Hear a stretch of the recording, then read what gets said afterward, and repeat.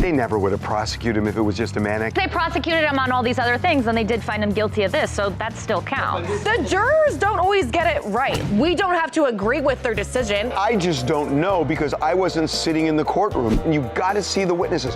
Why didn't they believe Cassie? Why didn't they believe Jane? We're getting word from inside the walls. Gene Deal says what's happening to Diddy isn't custody, it's carnage. This isn't just a fall from grace, it's an unmaking.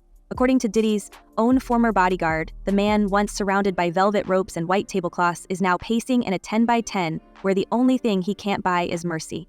Gene isn't mincing words. The mogul we used to call Puff or Love or just Diddy, that man is gone. What's left, he says, is just a shell. Something hollow, broken, still moving, but no longer alive. Whatever name Diddy goes by these days, it doesn't hold weight anymore. Not in here, not in the Metropolitan Detention Center, not where names get you targeted, not protected.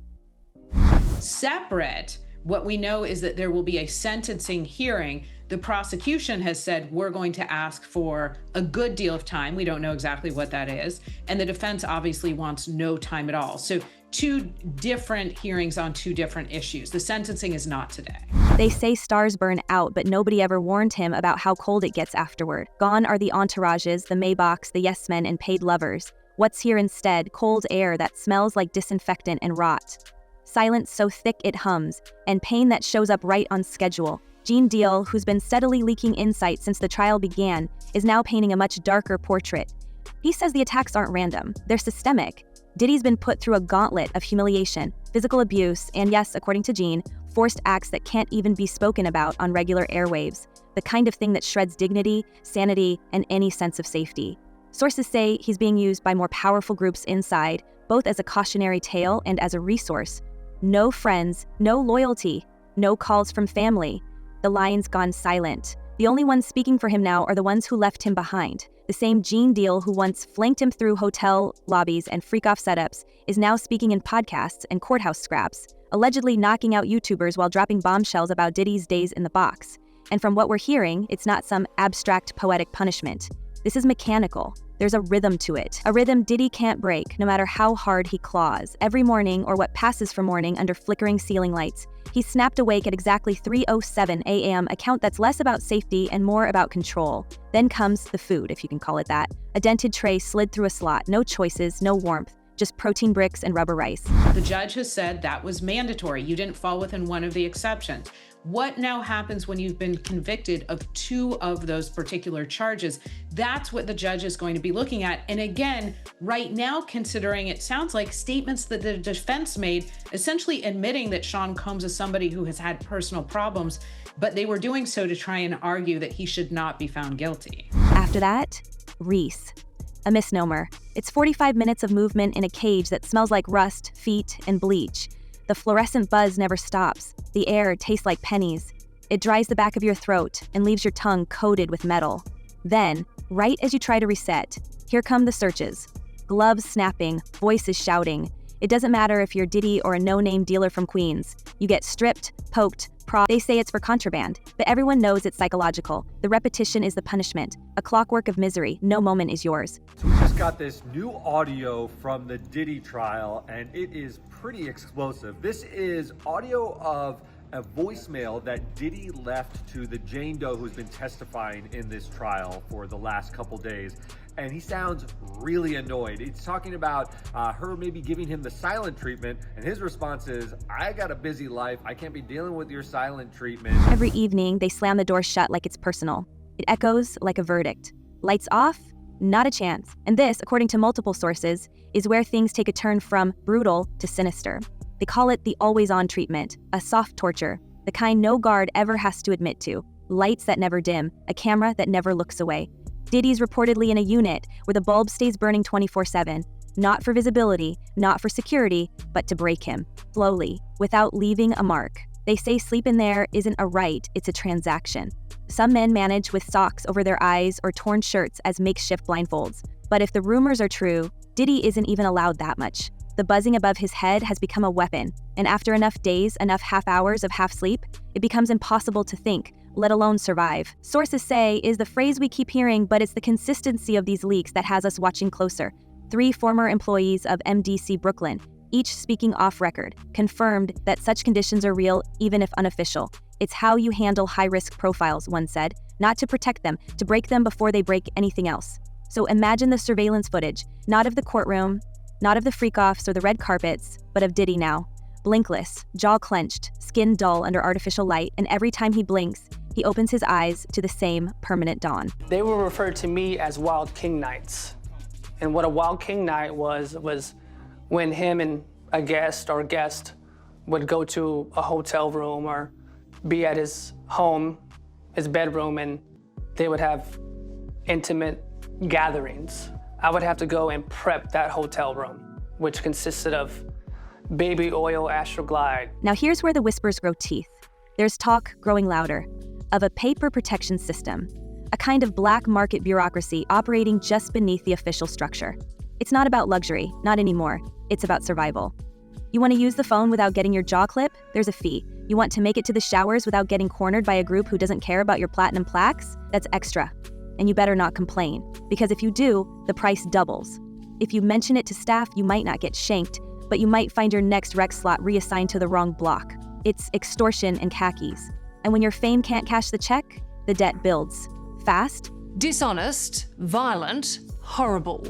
A promiscuous swinger who lied to and cheated on multiple partners.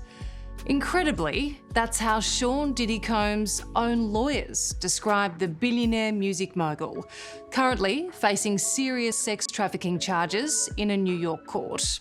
Gene's been cagey about it, but his eyes say more than his words. He's hinted that Diddy's people have already paid out more than most inmates will earn in a lifetime just to keep him upright. Not comfortable, just breathing. And even then, it's not guaranteed. This isn't the Hilton. It's not even Rikers. It's a meat grinder with a punch clock. Every safe moment has a price tag. And the unspoken threat, if Diddy ever stops paying, the bill comes due in bruises, not interest. That's the corner he's in now. One hand over his eyes to fight the light. One hand out for the next protection payment. The shell of a mogul stuck in a loop with no off switch. And tonight, we follow the money. The money trail isn't just about protection, it's about survival. Inside that place, the jail runs like a casino that never closes, except the house always wins and the chips aren't plastic. The ramen packs, instant coffee, and time on the phone. Every move has a price. A pair of sneakers doesn't just mean comfort. It means debt that has to be cleared by Friday. A bar of soap isn't hygiene, it's a toll you pay to walk the hall without getting bumped. A packet of tuna can buy you silence during the next count. This is the economy of survival, and every transaction is logged in blood, sweat, or borrowed favors. For someone like Diddy, the math is brutal. Fame inflates the rates, commissary becomes oxygen, but every breath costs triple what the man in the next cell pays. Let's talk about the filth that's starting to come out in the early days of the Diddy trial. This, of course, is P. Diddy. Surprise, surprise, he's a creep. Surprise, surprise, he's done horrible things. Picture it. The same man who once signed million-dollar contracts now negotiating for a corner seat in the chow hall. The ledgers are invisible but dangerously accurate. Miss a payment and suddenly your shower time isn't yours. Skip a payoff and the phone slot you thought you had at 7 p.m. gets reassigned, leaving you cut off from the outside again. Insiders whisper that the most dangerous currency isn't food or sneakers, but goodwill. Once you burn through it, the debt collectors arrive, and in here they don't carry clipboards, they carry scars. The higher you once flew, the harder the fall. And nobody's falling harder than him. If the outside world is supposed to be your anchor, then what happens when the rope snaps? That's where we land next, because abandonment is the shadow that stalks Diddy even harder than fluorescent lights. Calls that go unanswered. Lawyers who once promised to fight suddenly sounding tired, like they've run out of hours they want to bill. Publicists who built entire careers on spinning his chaos, now refusing to pick up the phone. Collaborators, names we all know, voices we've all sung along to, pretending they never knew the number. A decade of red carpets, flashes, and A-list smiles dissolving into one blinking light on a jailhouse handset. That light keeps flashing, but no one's on the other end. Was centerpiece of a lot of what happened during direct testimony were freakoffs. And what the prosecution tried to show was that he forced and or coerced her into doing these freakoffs. And we've talked about this earlier this week, that at least my opinion is that in a lot of these, the prosecution just didn't close the loop. It was something We can practically see the montage. Old clips of him draped in diamonds, crowds screaming, the mogul who turned every room into a stage. Cut to today, bare hands gripping a steel phone, voice breaking as it hits another automated message. The same industry that once tripped over itself to be seen next to him is now sprinting to hide. They've scrubbed his name from playlists, delayed projects, removed photos from feeds. They don't want to be dragged down into the mud with him. And what hurts most? He knows it. He can feel every silence, every delay, every message marked no comment. For a man who built an empire on connection, the disconnect is louder than any cell door slamming. So, Terrence Howard appeared on the PBD podcast with Patrick Bet-David, and the episode, this premiered on April 4th. Definitely making the rounds because in this episode, Terrence Howard describes an interaction with Diddy where he says that he believes that Diddy was trying to have sex with him. Let's take a listen. Puffy invited me for weeks, asking me to come and wanted me to be his acting coach for a while. Without that outer circle holding him up, the inside gets sharper. That paper protection pipeline we mentioned, it grows teeth when nobody outside is watching the bills. The absence of allies means the interest climbs, the favors stretch thinner, and the risks multiply. A former staffer who claims ties to the MDC hinted that high-profile inmates without external backers often become fair game within weeks. Documents hint that Diddy's commissary accounts have already been drained faster than most. Patterns imply he's been forced into deals where he pays twice for the same safety, just to avoid being marked as an easy target. The lights never dim, the debts never stop, and the result is a man unraveling frame by frame. That's the cruel compound interest of this punishment. Sleep deprivation from the always-on bulb is one tax. The constant extortion for protection is another. Add them together and you get deterioration you can measure in days, not months. Sources close to the tier describe him as not there, a shell walking on autopilot. Eyes dull, voice reduced to mumbling. Whether that's exaggeration or not, the implications are clear. Without advocates outside and allies inside, the system grinds down even the most powerful names. And in Diddy's case, it's doing so under a spotlight that never shuts off. That was all the people that went to the Puffy parties. That was all the people that did all those things thinking that there was never going to be a consequence for what they were doing. Got punked out and pimped out by some greater desire. You shouldn't have a greater desire than being a man. So I believe that's a big problem with a lot of the actors out there because they get fluid. And next thing you know, once you go fluid, it's gone. Once, velvet ropes parted for him with a single glance. Security teams moved in unison like choreography. Handlers whispered the schedule into his ear and rooms bent around his presence. The aura of celebrity acted as armor, insulating him from the chaos of the crowd. But in the switch from penthouse to cell block, every one of those instincts turns toxic. The urge to command attention makes him stick out. The reflex to expect deference marks him as arrogant. What once protected him in the outside world now paints him with a target inside. There has been no profit motive involved at all. The last word is profit. He's already rich. So whether or not he had the Freakoffs or he did whatever. Follow the money. Well, there is no money exactly. to follow. I mean, the Freakoffs aren't okay, the way in which I read it, it's not an illegal business. A freak-off is a freak, or whatever these things are, right? But the profit, that last word actually got my attention because I was like... The inverted hierarchy of prison life doesn't care about platinum records or television contracts. Status here is measured in toughness, resources, and alliances forged in the dark. The rules are unwritten but universally understood. In that economy, fame doesn't elevate, it isolates. Diddy's reputation, which once guaranteed safety in any nightclub, now guarantees resentment in every hallway. The more people know your name, the more reasons they invent to test it. The gestures that once projected power, walking ahead of the pack, expecting silence to follow his footsteps, become missteps that cost him dearly. Inside, walking first means you're exposed. Acting like a boss without an army means you're bluffing. These aren't abstract mistakes, they're daily recalibrations he's forced to make. We're told he's learning to shrink himself in spaces where he once expanded. For a man used to cameras loving every angle, this new invisibility is a punishment on its own.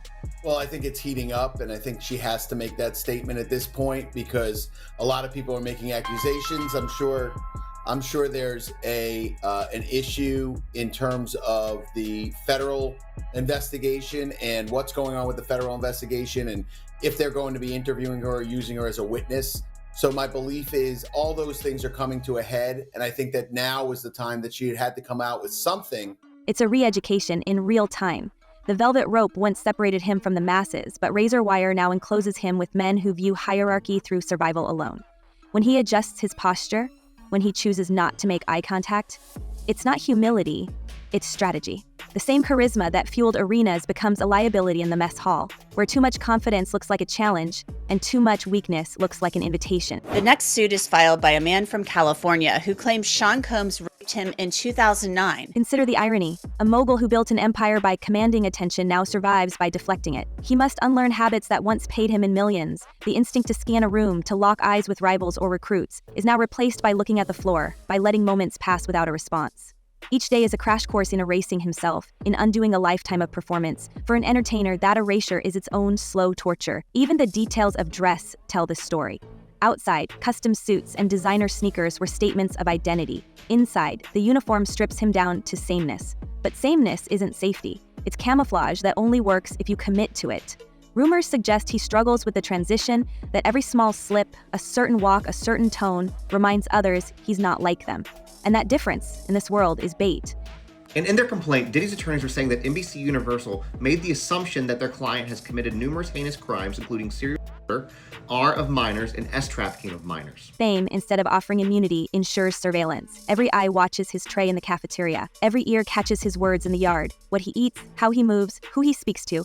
It all becomes data points for others deciding whether to extort, exploit, or ignore. In the outside world, scrutiny sold magazines and headlines. And here, scrutiny calculates risk and opportunity. And he is the experiment in progress. The fall from velvet rope to razor wire isn't just environmental. It's psychological. The mind that once thrived on applause now jolts at laughter behind his back. The man who built a legacy on orchestrating control now finds his schedule dictated by buzzers and guards. The loss of autonomy cuts deeper than any court ruling. It is a dismantling of identity, a stripping not just of freedom but of the performance that defined him. In the moment, it just felt like, what? Like, is this fun for him? Is this a test? And yet, survival forces adaptation. Each mistake is cataloged, each bruise becomes a lesson. The education is brutal but efficient. Forget the old rhythms, adopt the new. Forget being first, focus on being unnoticed. Forget commanding loyalty, focus on buying time. This inversion is the true cost of fame behind bars, a reversal so stark that it reframes the entire scandal. It's no longer about courtrooms or verdicts. It's about whether a man trained to dominate can learn fast enough how to disappear. From velvet rope to razor wire, the arc is complete. It isn't just a legal battle or a personal collapse. It's a reprogramming of survival itself. And the question that lingers is cruel in its simplicity. Can someone who lived by being seen ever learn to live by being invisible? This is the first time that I'm speaking about it. Something that I'll never forget, actually. We're left staring at the same questions whispered around every scandal, but louder now. When the debts finally come due and the lights never go out, something ugly always gives, mind, body, or both. So we have to ask, is this justice, vengeance, or a slow-motion execution being played out one fluorescent hume at a time? New revelations could drop at any hour, and when they do, the picture may get even darker. Until then, we'll leave it to you. What do you think we're watching here, a fall from grace or a system designed to erase? Drop your thoughts below because this story isn't finished yet. For now, stay safe, stay loud, and we'll be back before the lights flicker off.